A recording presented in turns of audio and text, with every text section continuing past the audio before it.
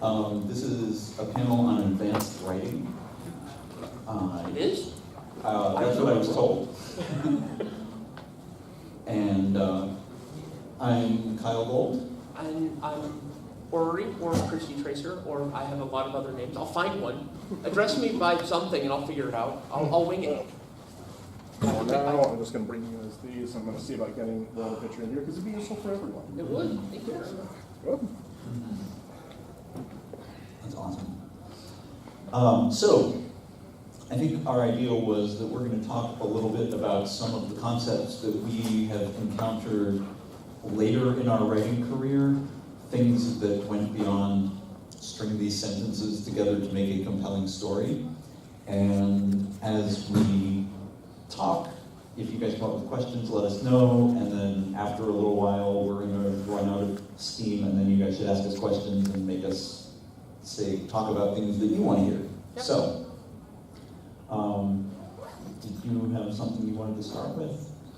So I think that the first thing that I would like to talk about is there will come up is foreshadowing. And one of the things that I like to talk about there's a moment in every story. There's an experience I have when people come up to me and they ask, when I'm writing something, and someone will ask me, how did you did this beautiful job of setting this thing up? And I'm like, I did. And what people don't realize, I think, or what I didn't realize when I got started, is that people read stories from front to back. But a lot of times you end up writing stories from back to front. So when you've written the story and you go through and you start editing it, when I'm writing it, I'll be like, okay, I need a character for this scene to do this thing, and I need a character to do this thing in this scene, and in this character to do this thing. And then I'll go through and I'll start editing it, and I'll be like, oh, I've got this character here, and I've got this character here. Well, if I take this character and I make these the same character, now I have a way to get information from this point to this point because it's the same head. And that means I have a way of doing aha, I knew something here that when I wrote these two scenes I didn't realize. Well, now I can connect them. And it looks to the person who reads it for the first time cold that I meant to do that. And it looks fantastic from the outside, but it's a trick, because I only set that up after I wrote it. But it looks great on paper. When you sand it out, it looks great. Yeah, I think a lot of times I end up not writing just back to front, but front to back and then back to the front again, and then back one more time. Because one of the things that is really hard to get your head around is that you don't know your story until you finish the first draft. And it's true for every story that I've written. And many of them I'll get to the end of the story and I'll be like, this is about something completely different than I thought it was going to be when I started out. And then you have to go back and say, well, if this story is really about, I thought this story was about deciding when it's time to make a change going forward, but actually maybe it's about how you choose to create your own identity in this world as you keep going forward. You're never finished creating your identity. Then I have to say, well, this part that I put back in the first chapter, which was about making change and all this, maybe I have to figure out a way to relate that to identity and say, well, if this is the question that I'm answering at the end, which is what I actually want, then you have to make sure that that question is posed properly in the beginning, and not just posed properly in the beginning, but that your plot threads going all the way through it also address those questions, that these are things that that the side characters will all have some relationship to. That this side character answered the question in this way already before the start of the story, and so they're a foil for the main character, or an example for the main character. This adversary is trying to get the main character to make a different choice, and so these are the choices that this adversary has made throughout the book in order to push the main character's buttons in exactly the right way to make them maybe almost do the wrong thing. and this is another side character who's going through the same process, and maybe this is like a little subplot, and you have little subplots like eddies in the river of your book that swirl around and show the reader different facets of this question you're exploring. That's obviously for a novel. You're not going to do that in a 4,000 word short story, but even in a 4,000 word short story, you can still get maybe one question of that kind, and you can see how, say, two characters will answer the idea differently and compare and contrast to that.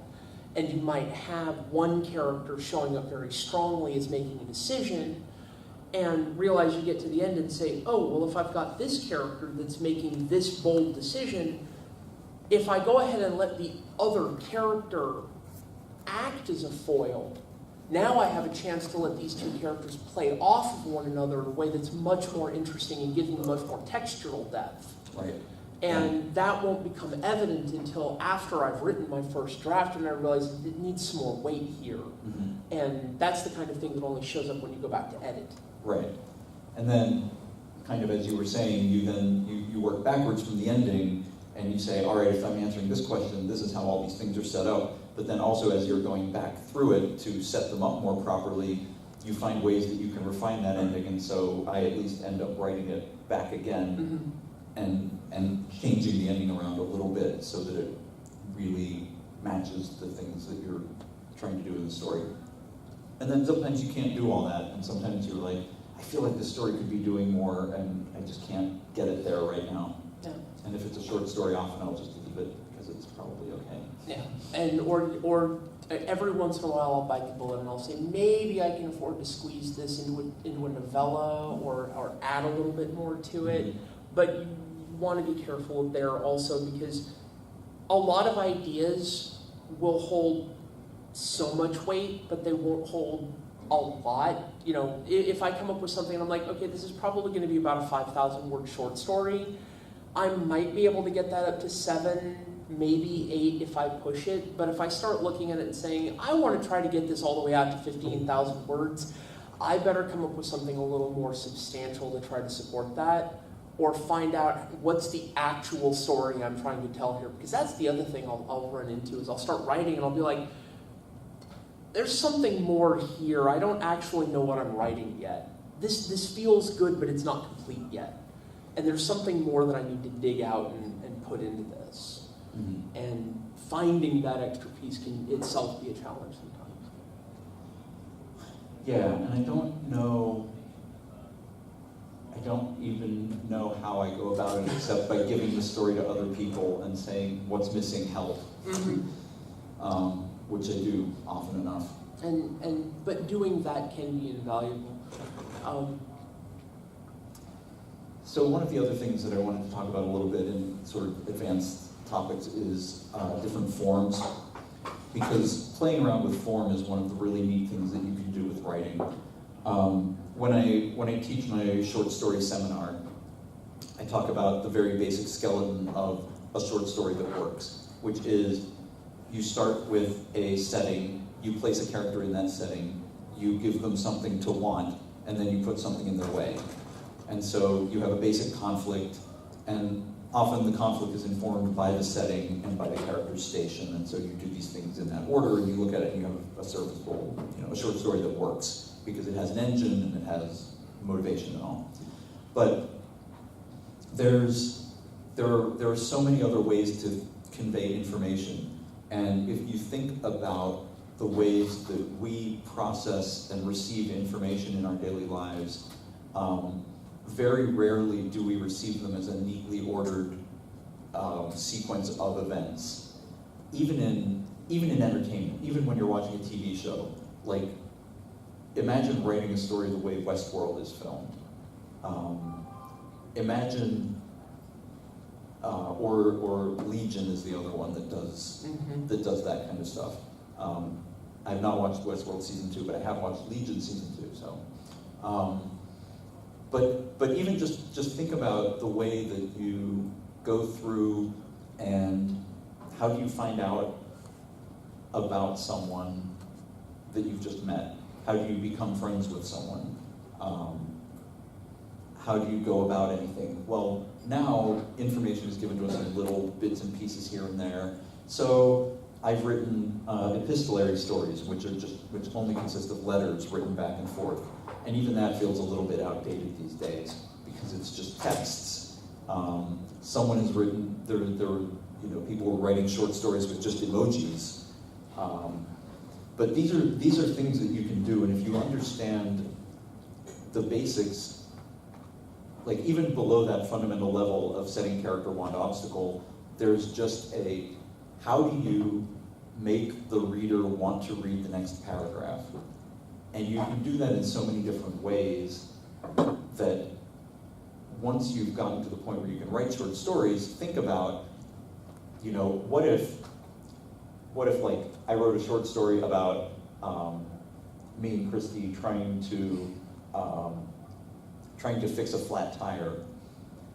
And I could write that linearly. I could say, we were driving along, trying to get to Anthrocon, and then the tire went flat. And I said, I don't know how to change a flat tire. And Christy said, I'll walk you through it. But then she twisted her ankle, so I had to do it while she was giving me instructions. And but I could also imagine, how would we be relaying this incident to people on Twitter? Mm-hmm. And now suddenly we have the Twitter conversation. And now there's a Twitter conversation. And what happens when you tell someone on Twitter, we're having this problem, you get a million people going, oh, actually, this is what you need to do to fix that. The way you know how to fix flat tires, I guess it kind of works, but there's a better way to fix flat tires. And also like, what kind of tire were you riding on? I bet it was Goodyear. Those tires are shit. You shouldn't be riding with those tires. And you could build up this whole other narrative and tell the story entirely through Twitter conversations. Or you could say, we decide neither of us can fix it, and so we have to call AAA, and so now it's a series of phone calls that we're conveying the story. So that's just the beginning. I've had friends who did stories based on laundry lists.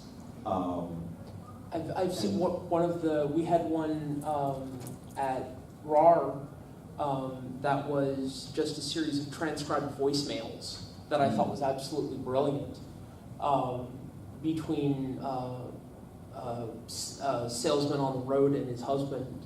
That was just a series of I miss you, I love you, I'll be home soon, as the relationship is falling apart. And then what happens to bring them back together again, that I thought was absolutely beautiful, that would not have worked as a linear short story, because the immediacy of this is a voicemail, that you're imagining it as a voicemail. It's a series of voicemails to which you are listening, and placing it in the time and place of this is some dingy motel room in the 80s that smells vaguely of cigarette smoke and despair, while you're listening to a message on your old brick phone, or leaving the message, trying to talk to somebody at such great remove, and just having that as a piece of the setting that comes with with the form right there. Who here works in IT? As a note, outside of, imagine getting a story that's written entirely in the body of support tickets. I mean, the other thing about the voicemails is that a voicemail is what you leave when you don't connect with a person. It is inherently a story of missed connection. Mm-hmm. And so, like, again, the form supports the underlying thing. If you were to try to tell our flat tire story through Twitter, you could be making a commentary on how, like, everybody jumps in to try to solve simple problems with dumb ideas for it. Or you could make a commentary on how Twitter is a cesspool of terrible people. Or on how Twitter is actually, like, the community that we never leave ever, because, well, as long as we have our phones, but we always have this support community with us. You could write a story about how Twitter is all of those things, and that, that's how that story would go. If when you're talking about phone calls, it's the medium and the form of the story gives you an added way to comment on the theme of your story. Yeah, this actually extends. There was actually a set of stories that were written, I think it was called 253, where somebody actually wrote a set of stories entirely in hypertext. that were intended to be read non-linearly, just randomly browsed through, that various words were linked, and the stories were meant to be more just absorbed Ezra Pound style and taken in as, where does the next thing, what inspires you to click on it, what inspires you to go through. The order that you absorb the pieces informs the impressions that you get of the piece itself. And giving people that opportunity to craft their own narrative can be a very powerful thing. Who remembers the Choose Your Own Adventure books? You know, these days using twine as a medium for storytelling is an incredibly powerful opportunity, simply because it affords you the opportunity to tell non-linear stories. It affords us the chance to do things like say, well, you could date the sexy werewolf, or you could skip right to going back to his place. Both of these are options, and how do you want this to go this time? You know, or you could do both. You know, Both is good. both is good. Porque no los dos. Yeah, I really want to write a Twine story, but also I'm aware that writing like one Twine story is the equivalent work of writing like 7 actual stories, so I have to, clear my schedule for it. But yeah, so were you gonna talk about like theme or something? Oh, there's a whole host of like high level, there's a whole host of topics of when you're at the point of being able to say, I can write a short story and feel good about it. There's a whole host of things that you can start looking at. How do I want to include these in my craft? When we start talking about the literary merit of a piece, and we start talking about things like symbolism, metaphor and what is it that I want to say with my story? A story is not merely about the actions that occur within a piece.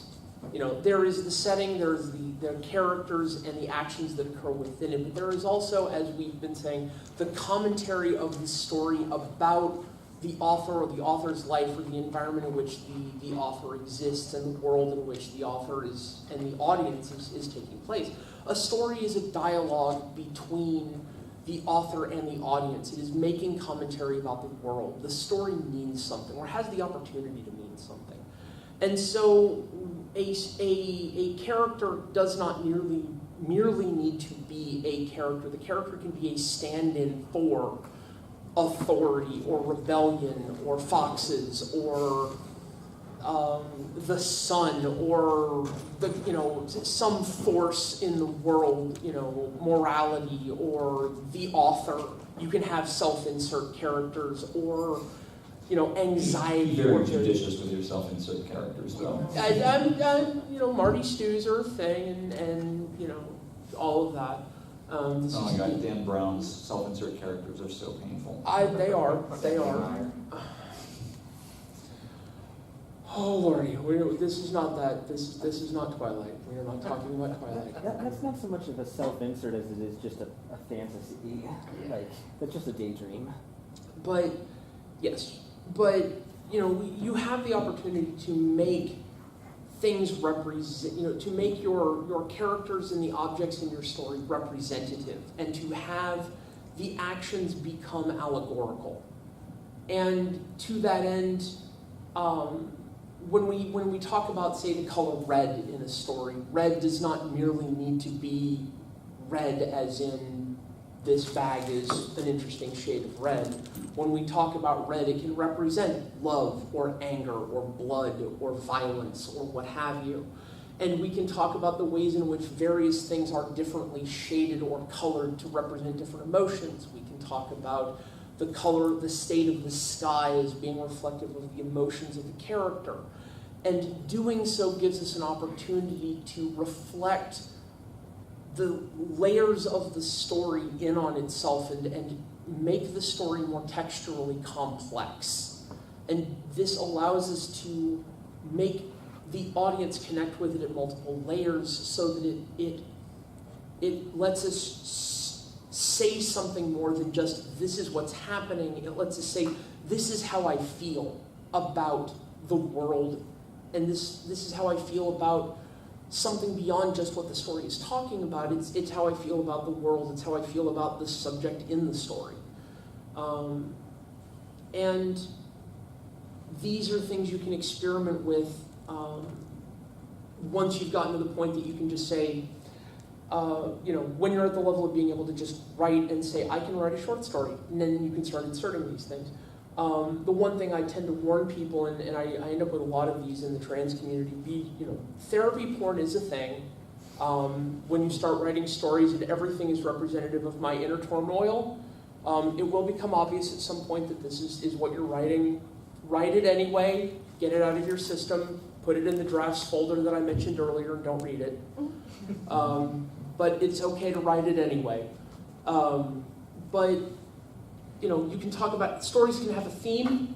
You can have stories that actually are intended to make commentary about the world. We're talking about,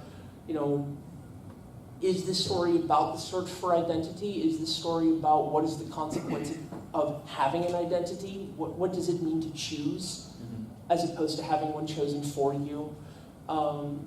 And doing that allows us to actually say, well, if this character is choosing an identity, then these characters have chosen or have had them chosen for them. And that allows us to establish different characters as reflecting different roles or different ways that we reflect these choices, different ways that we can look at these questions. And these are all things that we can do within storycraft to add complexity to the text without necessarily making it longer, or without explicitly saying this is what we're doing, which would bore our audience. Believe me, I've tried. No one likes reading a lecture. It's a shame. I've tried writing those. No one likes them. Yeah, and you have a lot of opportunity to use setting and to kind of enhance the theme or the message that you're talking about. So again, a lot of stories are about identity, and you often start with a setting that is very familiar to the character, and maybe one that they have put their own imprint on, their cubicle at work, their bedroom at home, their car.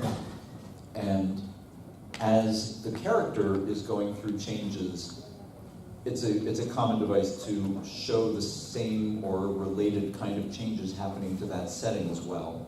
So, they start with the very neat and tidy office cubicle, and then as things get worse in their life, maybe their boss keeps dumping papers, and papers are spilling out of their inbox, and one of their push pins falls out, and so the picture's hanging askew. And so without directly saying things like, just like the turmoil in his head, Jeremy's cubicle was in disarray, the reader gets that. The setting is an external manifestation of things going on internally, which you also see. This is a common thing that you see in movies, because in movies you can't have paragraphs where Jeremy sits at his desk and is like, I don't know what to do with my life anymore, and you don't have to actually tell people that the things are falling apart. But if you give them that extra visual motif and they can imagine it, they kind of absorb that. They absorb a lot of these things unconsciously. There's Edgar Wright is a terrifically visual filmmaker, and the film Baby Driver has problems, but one of the things that I really like about it is he uses this device.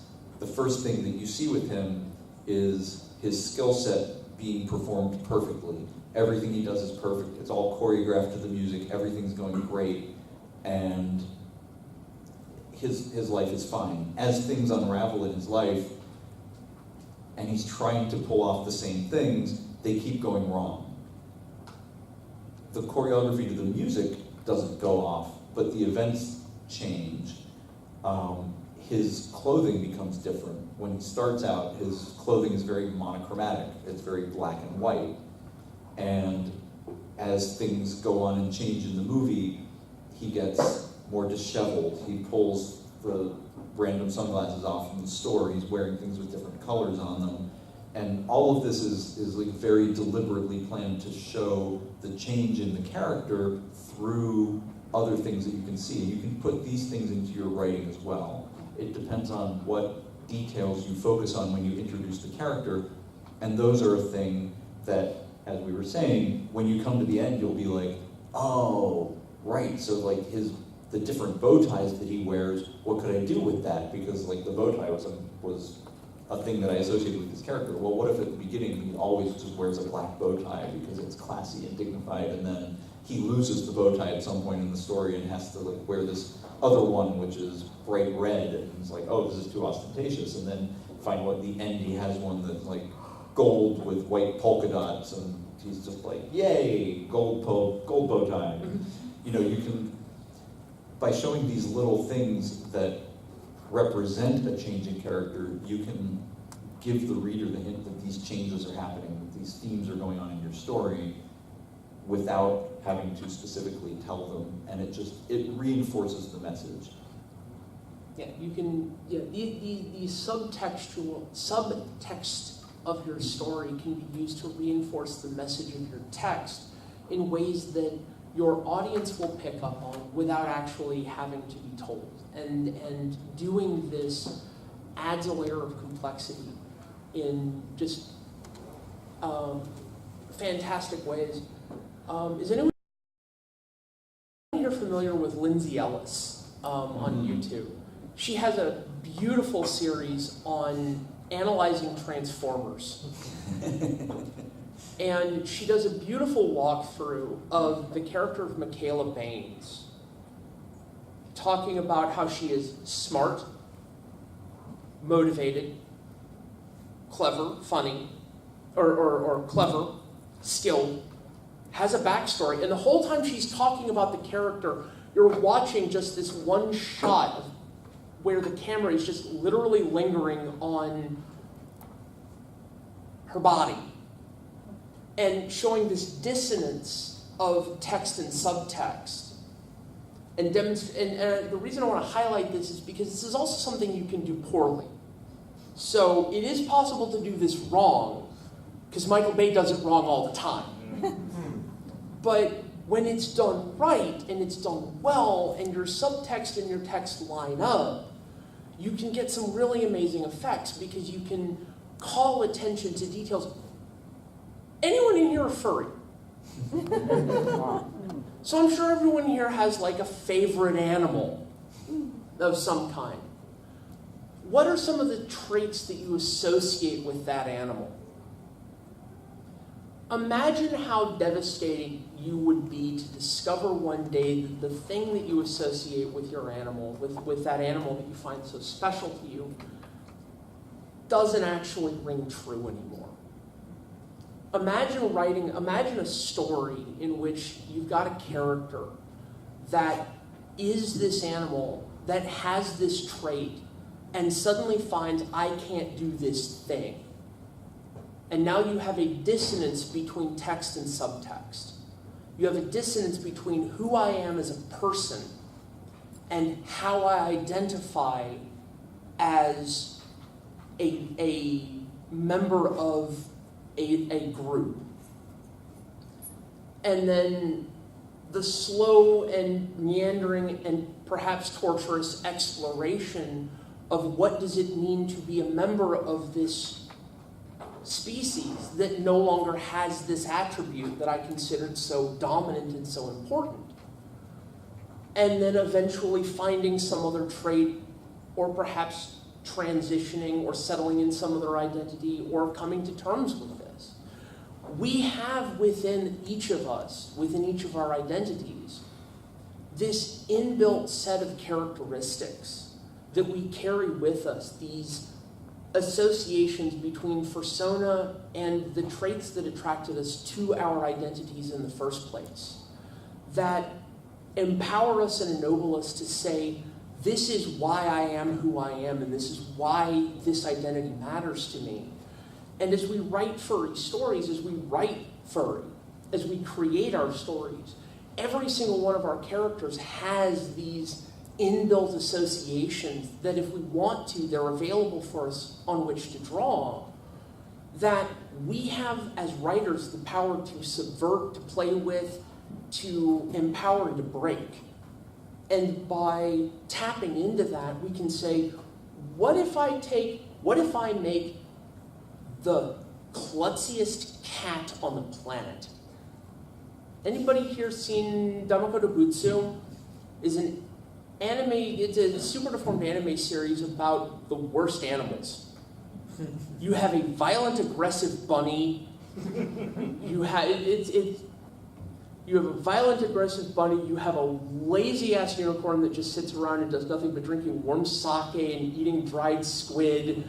You have a cowardly wolf, and they're all just beautiful examples of the worst kind of they are exemplars of the opposites of their trait, of their species, stuck in a Camus-like forest where they cannot leave. And they cannot escape one another, and they must live together. And it is a beautiful exploration of what does it mean to be who they are when they are not what they appear to be. And I bring this up because this is a perfect opportunity to as a demonstration of what does it mean to have, here are themes that we carry with us. That just by the nature of being furry, we have these themes that we can play with if we want.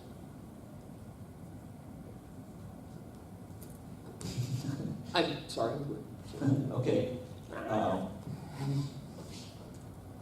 I don't know. We're at like 6:30. Do you guys have questions at this point, or any topic you want us to talk about at more length? I can sit and babble some more. Yes. You say about themes. I wanted to talk a little bit about characters and how certain characters, like you always have to worry about not making a character a symbol for something. You just want to make sure it's actually a personality. How do you keep yourself from losing track of like your character identity through a powerful story, basically? Keeping a character from turning into a stereotype? Yeah, like a symbol, like Or a symbol, yeah, basically. something that's too obviously like. That is a hard problem, and it is difficult. And what I would say is that making a character having a character that represents something is one thing. Having a character that is a symbol is something else.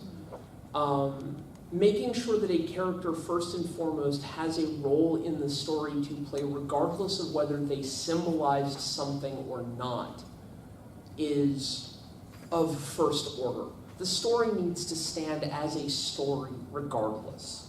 If the character doesn't play a part in the story except as the symbol, then that character probably needs to be rethought.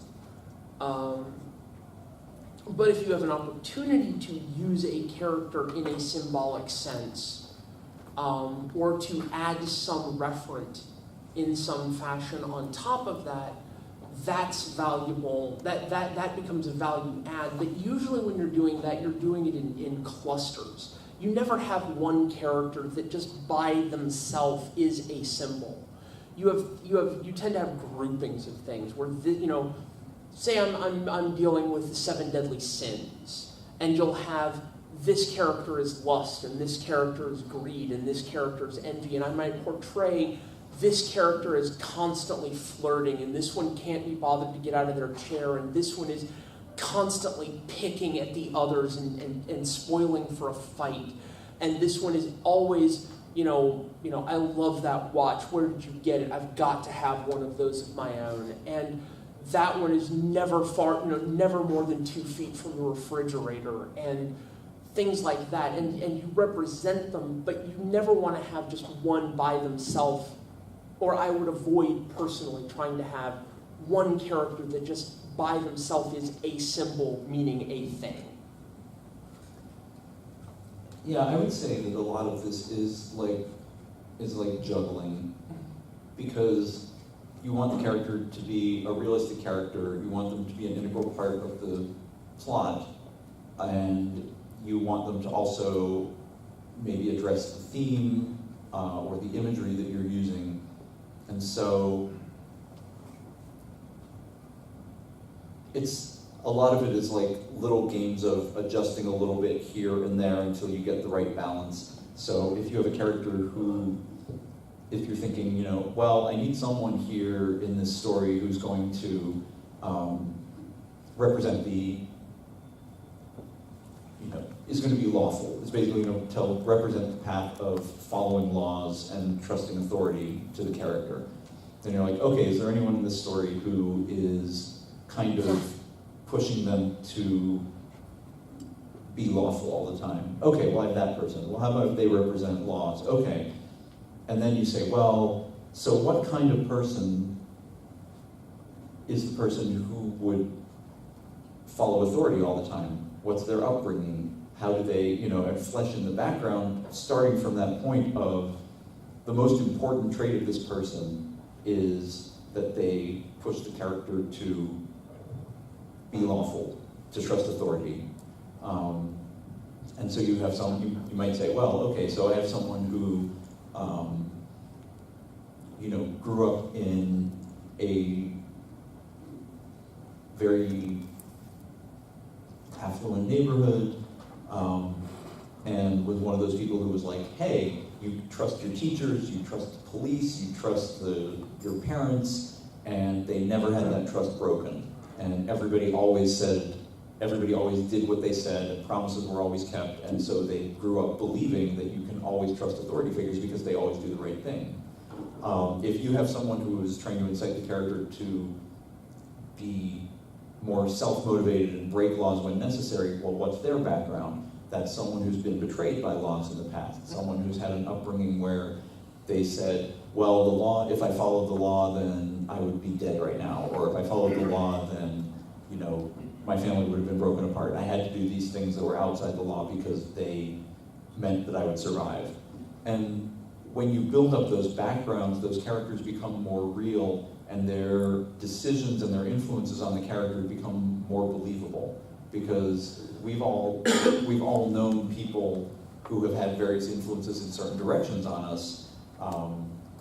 You know, your parents may have pushed you to go to law school or to go to medical school because they wanted you to be successful, but then also their ideas of success were informed by the generations they grew up in, where lawyers and doctors were successful people. And you might be saying, look, the investment that you make to go into med school, that's not worth it anymore, and doctors don't get paid that much because malpractice insurance and all that. The way to be successful is to like start your own company and trick people into giving you a lot of money and then sell it to Google for $2 million and then peace out.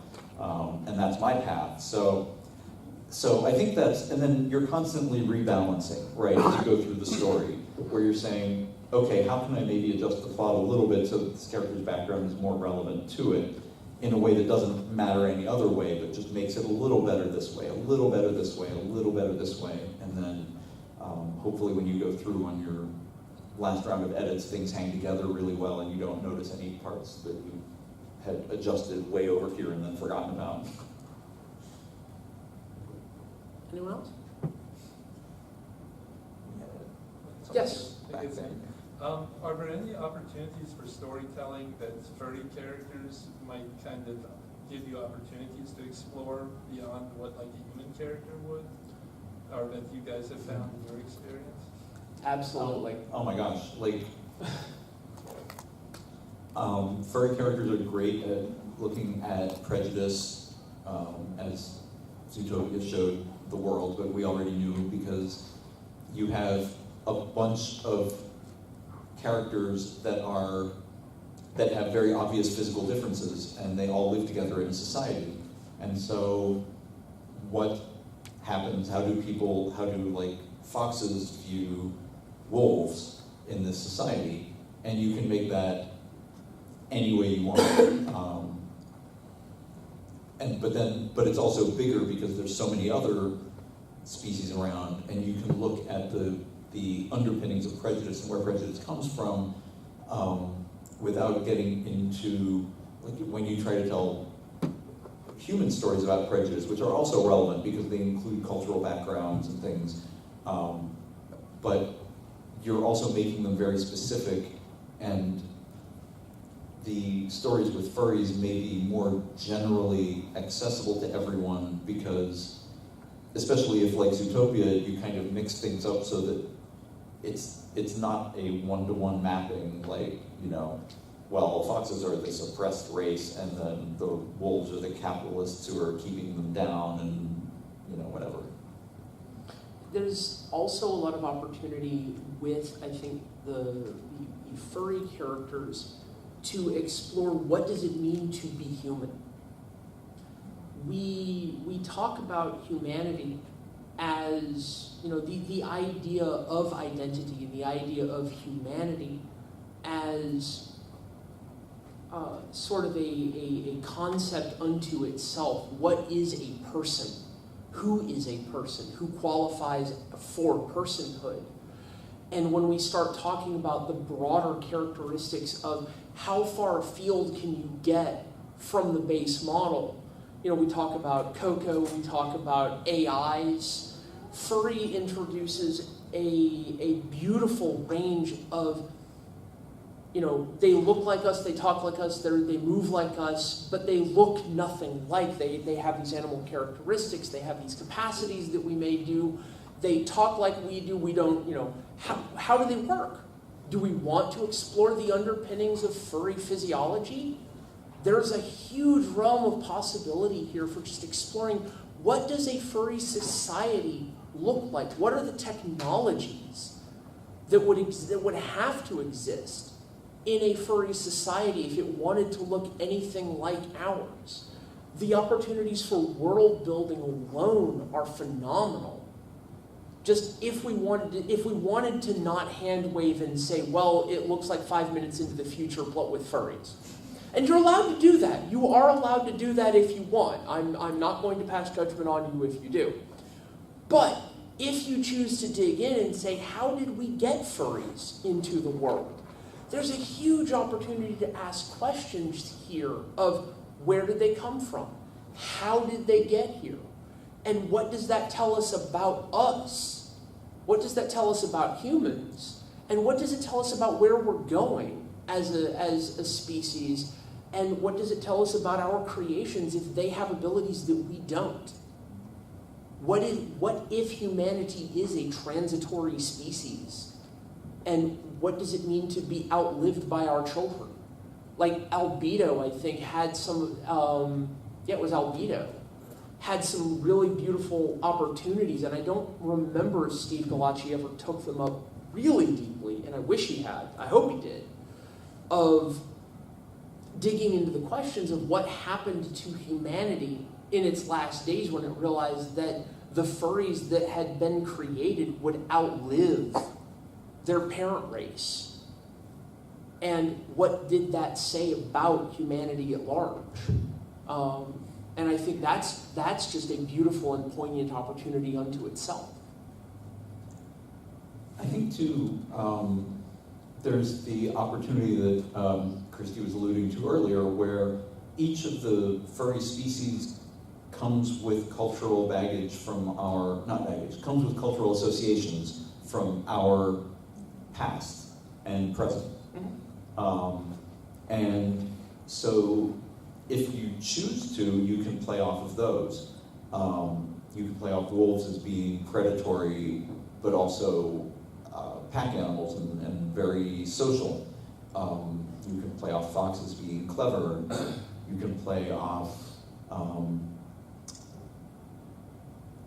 sheep being very social and very prone to following people. Like, you've got all of these stereotypes, and they allow you to show, again, getting back to something you said, to show kind of the struggle of being yourself against the way the world sees you, which is something that you can do with people, but in a different way. Doing it with people risks the specter of reifying a lot of the stereotypes that already exist in ways that can be very difficult to deal with, especially when you start talking about cultures not your own. None of us is an expert, and we are all trying, but there are better and worse ways to handle writing cultures that you're not familiar with. writing furry gives us an opportunity to talk about cultures that don't exist or exist only in the abstract, and as such is somewhat of a less fraught environment in which to explore these ideas without risking a lot of hurt feelings unless you are, say, leaning heavily into directly applying furry, furry species as a metaphor for race in your webcomic. Excuse me, I'm not referring to anyone in specific. It also gives you a little bit of a wild card in case someone is like, if you're writing your contemporary 5 minutes into the future but with furries story, or in my case, 3 years in the past but with furries, and someone's like, well, you know that's not how that works, right, in the real world, right? And I'm like, okay, but also in the real world there aren't 6 foot tall talking foxes that walk around, so what's your point? That's a big advantage of writing furry worlds. People don't bug you about details. Well, they bug you about the tails, but not. Yeah, they will complain about they will complain about the things that matter to them, but they will Right. not notice the things that. Right. Any other more questions? These are good. Yeah. What are some things that you guys are struggling with in your writing? Yes. I know for me it's like the same trap everyone falls in when it comes to details, or making sure you don't, either you, when you want to explain how a character looks or want to explain how a scene is without falling in the trap of over-explaining things. Because like you said yourself, you want to keep things subtle without pushing in someone's face. It's very hard for that. The only solution I have ever found is to hand my story to someone else and say, would you please take a look at this and tell me if it's too much. I am the worst judge of my own writing. I can, at times, if I can put it down and I can, if I am lucky enough that I am managing to write 2 or 3 things at a time, and when I actually have the free time to be writing 2 or 3 things at a time, I will let you know. That hasn't happened in years. But when it does happen, I can get enough of a context switch that I can write one thing, put it down, work on something else, and come back to it. And look at it with fresh eyes. Editing your own work, critiquing your own work cold is hard. But usually what I'll end up doing is I'll write something and I'll look at it and I'll hand it to someone else and I'll say, what are you getting out of this scene? And ask for that kind of feedback. Say, is the detail level too much, too little? And a lot of times it's just that tweaking exercise of, are you aiming to paint a visual picture here? You could probably stand to add some more detail. Is your personal style very crisp, very brisk? Some people thrive on very short descriptors, and they get by with it just fine. A lot of people can get by with just talking about walls and desks. Other people will lavish tons of attention on the colors, the lighting, the ambience, the atmosphere, the way her voice just droned on and on into the mic. It really depends on what you're trying to do and what you want to convey with the work itself. One of the places that I start is putting myself into the mind of the character and saying, what would be the first thing they would notice when walking into a room? For furries, in some cases, that might be the scent. What does the room smell like? And you might get a sense of that before you even walk in. There's a whole bunch of things that you can talk about, like how bright or dim are the lights, what colors are dominant in the room, what items catch your eye and why, what does the smell like, how hot or cold is the room, and all of these, for me, it usually comes back to the focus on the character. What is the character feeling right now? What do they notice right now? And whatever details are necessary to convey that is what you should go to first, and then stop. And actually tying that really fast, and then I want to get to your point, tying that really fast actually to something you brought up earlier about the potentials of furry characters, highlighting the ways in which furry senses differ from human is a prime opportunity to give people a chance to see the world that you're creating through the frame of your character. If your character isn't even in the room and is already commenting about Aunt Sharon's fresh-baked cookies, and the other character says, how do you know she's here? And it's like, taps the bridge of the nose, and it's like, I can smell him through the front door. And it's like, aha, we are dealing with a species that has a very strong sense of smell compared to everyone else. Interruptions of one of the best scenes, I don't even remember the story, it was one of the best scenes, it was something Keat wrote. One of the best scenes I've ever seen for that was somebody at a concert in which the only character is the speaker system was off, and there's a whole crowd of people who are moshing and dancing and having a great time. And the electrical system is starting to short out because they're putting too much power through it. So the one dog in the crowd is starting to get this twitching effect because the speaker is overamping, and he's the only one who can hear it. And the high decibel, the ultrasonics are starting to give him a headache, and he doesn't know why. And it's only when he's like, oh, it's the amp. It's the amp going. I've got to get out of here. And he's trying to explain what's going wrong to the person he's come with, and she's like, I can't hear anything. And he's like, it's out of your hearing range. I have to go. And just that moment of just complete inability to communicate what's wrong, and understanding that moment of just sheer empathy of saying, there is a problem, and you as the reader can see it on the page because you're seeing it through the eyes of the character, and you know that the other character cannot see what you see. And knowing that experience for yourself, and how many times have you had the experience of talking to somebody and trying to communicate something that you have felt, and knowing, I'm not getting through here because there's a communications gap that I don't know how to cross.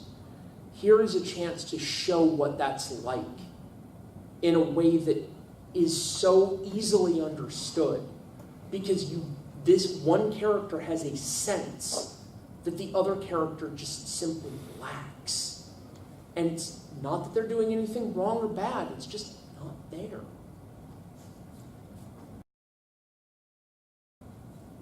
That's very cool. I would also like to add that there is a tendency, which I may have also fallen prey to in the past, to make furry characters kind of like super with, like, you're a fox person, so that means you have all the regular senses plus enhanced hearing plus enhanced smell plus you can see in the dark. Don't forget colorblind. Some are colorblind. I was going to say, also look at limitations. Mm-hmm.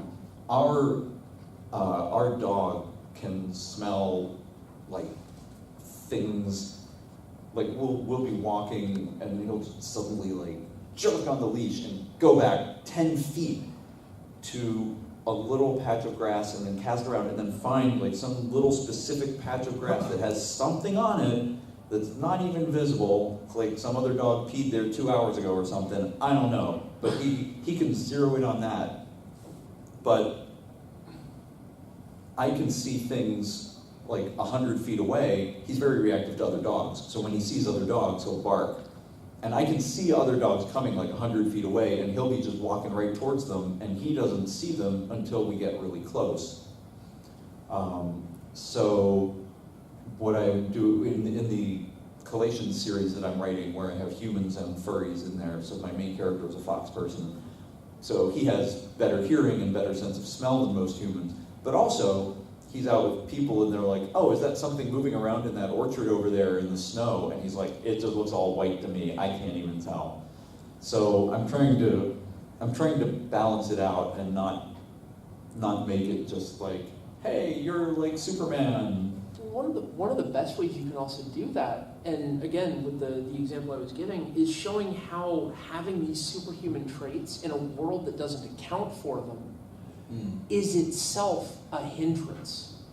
Because being around, high voltage lines where you're constantly being subjected to that high pitched hum, it's just maddening. I will say actually, this isn't, and this is true. There's some people who can hear certain electronics, and like the old CRT monitors, I can hear when they're on, and a lot of other people can't. And I actually did some troubleshooting IT back in the day, and I managed to troubleshoot something because someone came in and was like, I can't get the monitor to work. And I'm like, well, your monitor's not on. And she's like, how do you know it's not on? I was like, well, because I can't hear it. And she's like, what do you mean? And I'm like, no, look. And then we fiddled around with it and then got the power working, and it came on, and you hear that like, and I'm like, now your monitor's on. And she's like, I don't hear anything. And I was like, well, that's just because I'm really good at IT. But yeah, so. Think about ways in which the advantages that your characters have can be used against them. Think about the ways in which your characters, better nature can hurt them. Not necessarily because you want to punish them, but because characters, for every time we highlight, we were talking about Marty Stews earlier, Mary Stews, etc. When you have characters that are just good, and they never seem to fail at anything, or they never seem to show any weakness, this is the advanced writing class, and I'm going to assume that nobody here does that. I never do that, surely. I do that. I still do that. I still write wish fulfillment stuff. I do. I'm bad. But I personally find that one of the best ways to play with that is to do things like say, okay, I'm going to write a character that can fly. Okay, I have birds. I like writing birds. I used to write a lot of rabbits. I write a lot of birds. Birds, they can fly. You know what it takes to be able to write a character that can fly? One punch and their bones will snap. They are very fragile creatures. Hollow bones, no physical strength whatsoever. Which means in a physical fight, they have to back down real fast. And if you're living in a particularly violent world, that's something you have to account for. And that itself lends texture to your world building. Because now you have something else for your character to keep in mind. For every advantage, you have an innate limitation that is what happens when it goes wrong. And these are ways in which even the positive traits that we associate with our personas and ourselves and our characters have places for us to explore growth. Yeah, I was gonna add. I don't know if this qualifies as advanced. Maybe this is more an intermediate thing. But talking about making sure that you're always balancing, and talking about wish fulfillment, maybe think of story endings. So I'm gonna talk for a couple minutes about story endings, which is my main thing is the ending. We talked about all this stuff about answering the question that the character posed, blah blah blah. Endings are, to my mind, most powerful when the character has to make a decision that fundamentally comes down to the question that you've been asking, but you can't make it a what they call in movies cake or death decision. You have to make it a real choice, and the reader has to understand the weight of what the character is giving up. They may already know, like, if you're writing a romance novel, you know how that's going to end. And you can be like, I'm going to be daring, and I'm going to write a romance novel where they don't get together at the end, and everyone will write you angry letters, because that's not a romance novel. But the character has to give up something. Even if the reader knows they're going to give it up, it has to be a real decision. It has to be a real choice. And the choice shows the end of the character arc. So, like in fantasy stories, which we will be talking about, I think, Sunday. I thought I was on that with you again, also. One of the most common tropes in fantasy is the whole like the Lord of the Rings ending, where you're like, well, magic's going away, and all the people with magic are going off to this perfect kingdom where we're just going to kind of live forever, but it's not here. And if I'm recalling my Tolkien correctly, because it's been many, many years, but I believe Samwise has offered the chance to go to the Grey Havens. The Grey Havens, right? It's not the Summer Kingdom is Prydain. This trope comes up a lot. But I believe Samwise has offered the chance to go because he carried the ring for a short time. And they're like, if you really want, you can like come to the Grey Havens with us. And he says, no, I'm part of this world. I'm not part of the magic. And that's the most common ending to the fantasy story, is the hero is like, magic was kind of cool, but the real world is more important. This is the place where I belong. This is where my family is. This is where all of my connections are. And those things are more important. But it's a real choice because the Grey Havens are, honestly pretty appealing. You get to go there with a few people you know, people you like, and then you kind of live forever. Yeah. Peter Dickinson's Flight of Dragons does this very It's been a well. long time since I read that. Because at the end of, in this one, it's a second world fantasy of somebody being summoned into an alternate past where magic is real, and the protagonist is a hero, or the protagonist is a writer in the modern world that believes in dragons and is writing. I'm just amused at the fantasy story about the fantasy writer who gets pulled into a fantasy world. It is a fantasy story about a literature professor that is is a member of the British Dragon Society, pulled into a fantasy world that must fundamentally choose to abandon magic and deny the existence of magic in order to defeat the great evil. And he is not only does he refute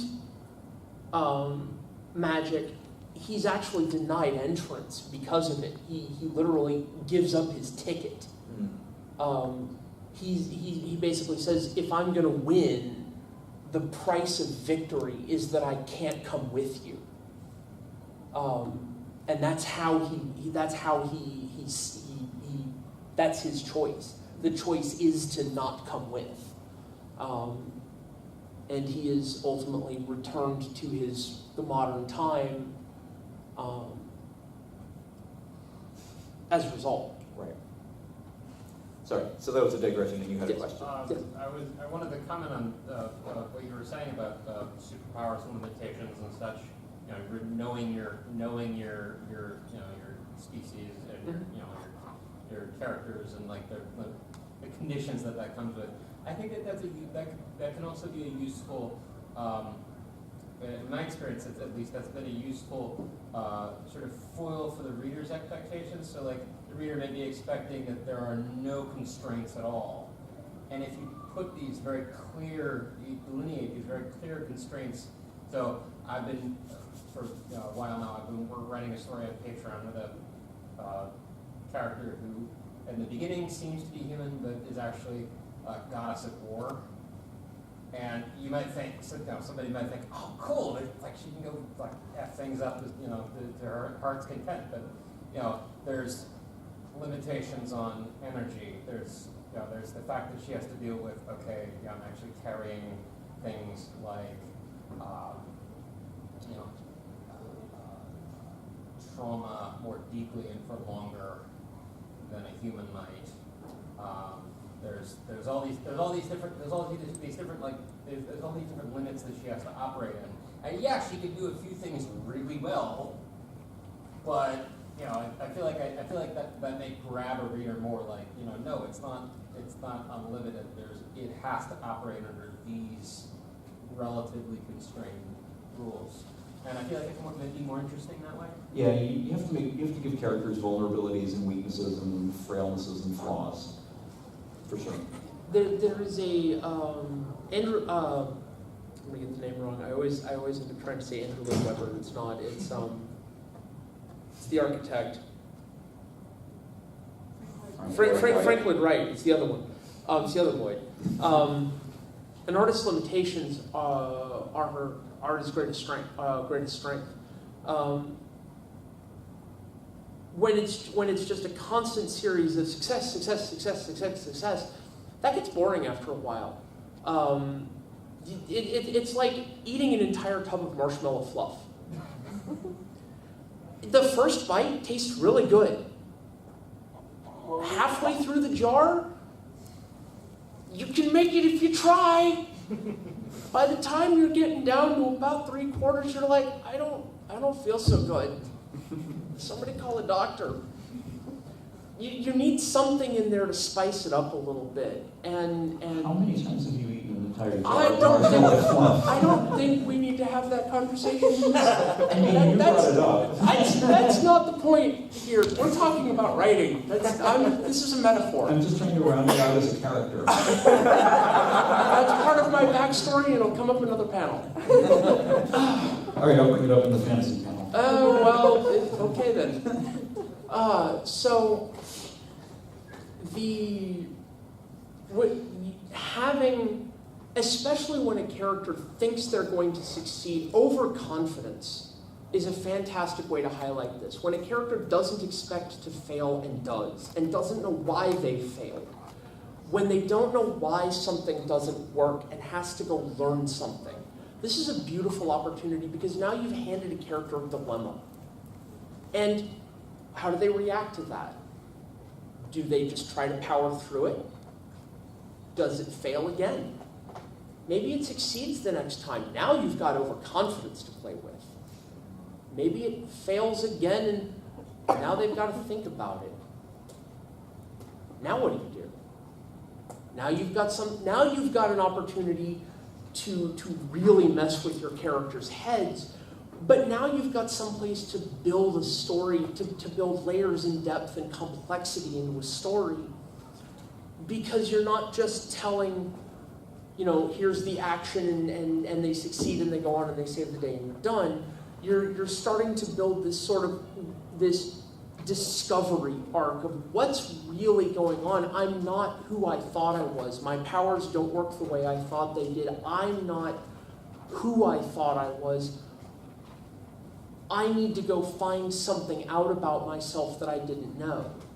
And that path of discovery gives us an opportunity to bring the reader along with us as we learn something new, and invites the reader to discover along with us who they are as well. And then sometimes they say they'll tell you later, and you just have to wonder. It's only happened like twice at most. All right. Yes, all the way to the back. Something that I tend to run into is, what do you guys think about letting a character live their life, or do you structure the character as they're going to do this, and then complete this? I think you should go watch the movie Stranger Than Fiction.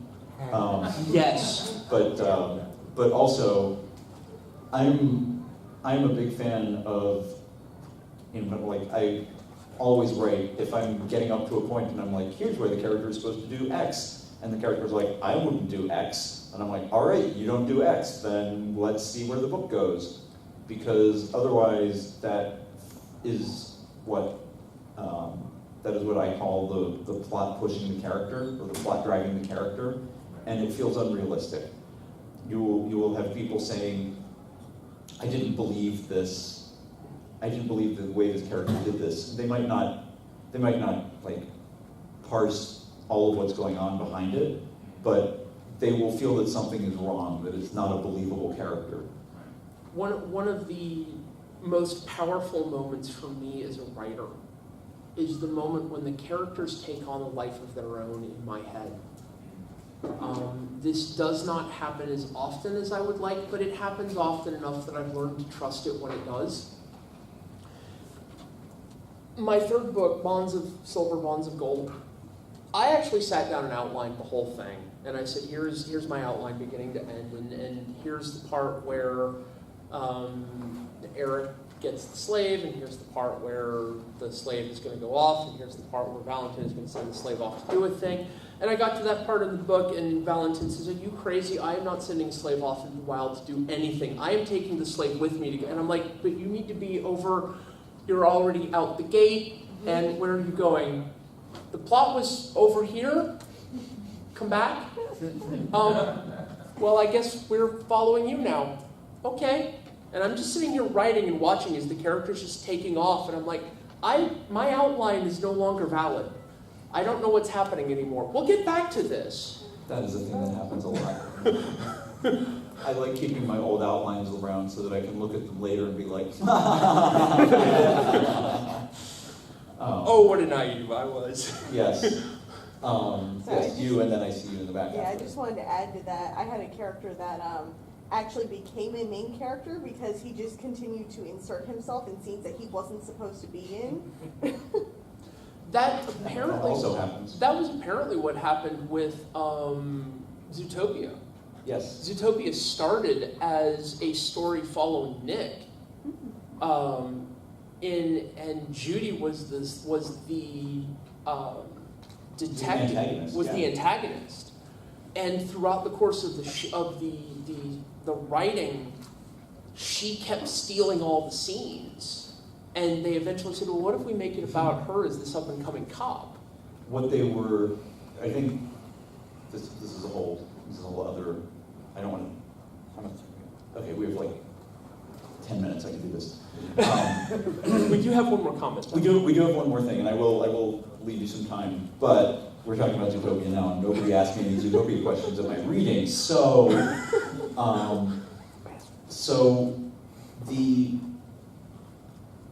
the problem with the story being about Nick was that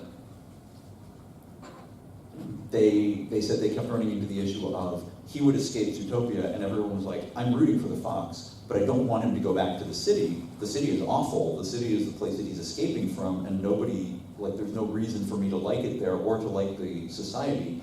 And Judy was an unsympathetic character. They were trying to make Judy a sympathetic character, but she was part of the system that was enforcing the problems that Nick was having. And so they kept running into these problems, and they said, I think it was when they showed it to the Pixar people, and just blind, they didn't give them any lead in, but they showed them the draft they had at that point, and one of the Pixar guys came back and said, "You have the wrong main character." And this was like a year before it was supposed to be released, and they were like, what? And he's like, "Yeah, if you flip it around," and I'm like, "Oh, shit." Because if we flip it around, then you see Zootopia as this perfect paradise through Judy's eyes, and she discovers the problems with it, but because she has this perfect image in her head, she's motivated to make that happen, and she has that positivity, and then you can be sympathetic with her, but you can also be sympathetic to Nick because you see the growth. And then they were like, "Hey, Disney, can we have a lot more money and more manpower and just completely redo the story?" And Disney was like, "Yeah, go for it." So yeah. Hi, in the I back. don't know if you guys actually answered my question about keeping your old outlines, like, just stories where characters driving the story. And it's like, okay, but this outline, all 8 pages of it is now just irrelevant. Yep.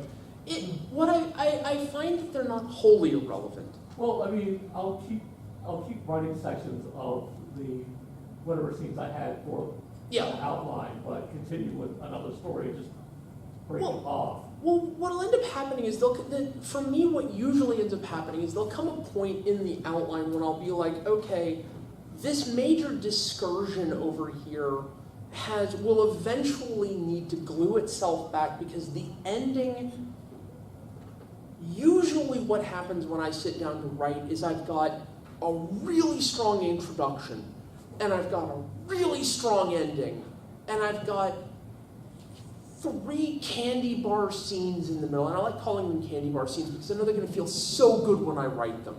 They're going to taste so good. I love these scenes. I know they're great. And then the scene,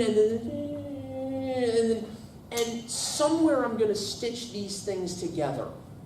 And I know about how much stuff I need to stitch these things together with.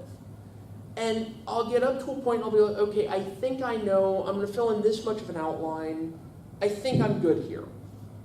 And I'll get to that point and I'll be like, this scene is not going to work because of all this stuff up here. This scene is just, it ain't going to work.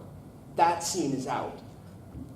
But something else will happen that's a lot better, and that means I still get this, and now I get a new scene down here, and I still get my ending. So this much of my outline still gets to stay, but this middle bit up here is now gone. And the first part I got to write in its entirety. So that's good. It's just this middle chunk here that may not be kept.